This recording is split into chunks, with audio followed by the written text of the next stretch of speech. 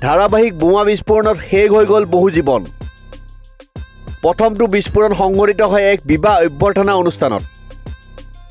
দ্বিতীয়টো বিস্ফোৰণ চিকিৎসালয়ত সংঘটিত হয়। অন্ত্যেষ্টিক্ৰিয়াৰ সময়ত সংঘটিত হয় তৃতীয়টো বিস্ফোৰণ। এই ভয়ংকৰ বিস্ফোৰণত 18 জন লোক নিহত হয় আৰু আহত হৈছে 48 জনকৈ লোক। নাইজেৰিয়াত সংঘটিত হৈছে ভয়ংকৰ বোমা বিস্ফোৰণৰ ঘটনা। এই বিস্ফোৰণত 18 জন লোক নিহত হোৱাৰ উপৰিও আহত হৈছে 48 জনকৈ লোক। তিনিটাকৈ স্থানত সংঘটিত হয় এই বোমা বিস্ফোৰণ। প্ৰথমটো বিস্ফোৰণ সংঘটিত হয় এক বিবাহ অভ্যৰ্থনা অনুষ্ঠানত। দ্বিতীয়টো বিস্ফোৰণ চিকিৎসালয়ত সংঘটিত হয়।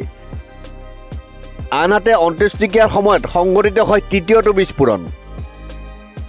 আত্মঘাতী বোমাৰুৰ দ্বাৰা সংঘটিত হয় এই ভয়ংকৰ বিস্ফোৰণ। ঘটনাত সন্ত্ৰাসবাদী জড়িত থকাৰ সন্দেহ কৰা হৈছে। নাইজেৰিয়াত সংঘটিত হৈছে ভয়ংকৰ বোমা বিস্ফোৰণৰ ঘটনা।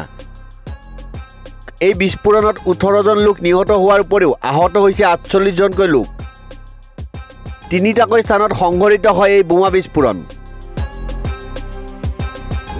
প্ৰথমটো বিস্ফোৰণ সংঘটিত হয় এক বিবাহ অভ্যৰ্থনা অনুষ্ঠানত। দ্বিতীয়টো বিস্ফোৰণ চিকিৎসালয়ত সংঘটিত হয়।